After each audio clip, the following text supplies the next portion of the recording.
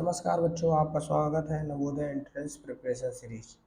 आप 2025 में नवोदय विद्यालय का पेपर देने जा रहे हैं तो आपके लिए ये सीरीज बहुत ही इम्पोर्टेंट है, क्योंकि इस सीरीज में लगातार आपको प्रैक्टिस सेटों से सवाल, जैसे पेपर में सवाल आते हैं वैसे सवालों को आपको बताया जा रहा है, जिसमें से मेंटल एबिलिटी मानसिक परीक्षण योग्यता में आपको भाग 9 से यानी 9 अध्याय से आपको स्थान दृश्यावलोकन से सवाल पूछे जाते हैं 4 नंबर के, जो बहुत ही इंपॉर्टेंट सवाल होते हैं। आपको ऐसे सवाल दिए जाएंगे, आपको करना कैसे ये सारी चीज़ें देखना है।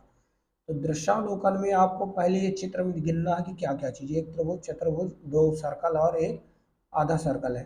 तो अब इन ऑप्शन को देखना चारों को, इनमें से आपको दो सर्कल किस में दिख रहे हैं, तो दो सर्कल पूरे हमको बी नंबर में दिख रहे हैं, तो राइट आंसर तो इसका हो जाएगा बी नंबर, सीधी सी बात, क्योंकि दो सर्कल और किसी में दो सर्कल नहीं है।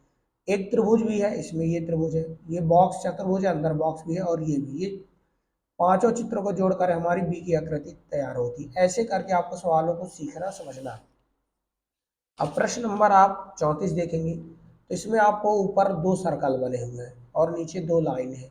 इनमें से कौन से चारों चित्र में आपको सेम दिख रहा है? पहले तो सर्कल देख लेते हैं।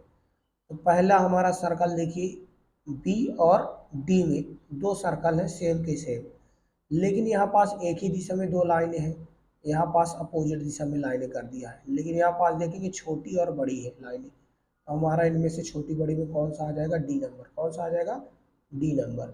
और प्रश्न नंबर आप 35 देखेंगे गौर से, तो एक सीधी लाइन, एक ये लाइन और ये लाइन, अगर इन चित्रों को एक साथ जोड़ देते हैं तो आपको चारों चित्रों में से सेम आकृति किसमें दिख रही है? बी नंबर में।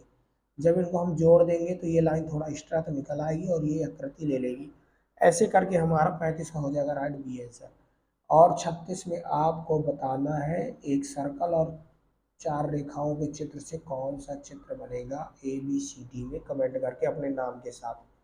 और भाग 10 से, जिसमें कि आपको इस अध्याय से भी 4 नंबर का प्रश्न पूछेगा ही पूछेगा, तो ऐसे प्रश्नों को करना कैसे है? अब आपको इस 10 अध्याय में आपको पढ़ना है छिपी हुई आकृति। आपको छिपी हुई आकृति इनमें से ढूंढना है कि यह चित्र इन चारों में किसमें छिपा हुआ है। तो पहले तो हम चित्र को गौर से देखें, तो आप चित्र को देखेंगे तो ये आकृति यहाँ से ऊपर लाइन गई और ये गई, ये गई, नीचे हट्टी टाइप में बना है। तो इनमें से आगे हम ये जो ऊपर को दो लाइन जाती है इसमें देखते हैं, तो एक लाइन तो जाती है लेकिन ये लाइन नहीं लौटती है। बी नंबर में लाइन जाती है ऐसे ऐसे, सी नंबर में नहीं जाती ना डी में जाती, तो राइट आंसर क्या हो जाएगा हमारा? B number. आप गौर से देखेंगे तो आपको बी नंबर में छिपी हुई आकृति समझ में आ जाएगी। और प्रश्न नंबर किसमें 38 में देखते हैं। 38 में आपको ये देख करके बताना कि हमारा राइट आंसर इसमें कौन सा होगा। ए नंबर में ऐसे चित्र की तो कोई उम्मीद ही नहीं है, क्योंकि यहाँ पास एक लाइन है, बॉक्स छोटा सा है, ए में नहीं है, न बी में है और ना ही हमारे सी में है, क्योंकि यहाँ पास टेढ़ा आकृति आधा एन का है। अब डी नंबर में अगर हम देखते हैं तो ये लाइन जो यहाँ सीधी गई है तो इसमें ये गई, फिर ये छोटी सी आई, फिर ये गई, ये लाइन बने और ये आया, तो इसका राइट आंसर हो जाएगा डी नंबर। इसमें कौन सी? डी नंबर में आकृति छिपी हुई है।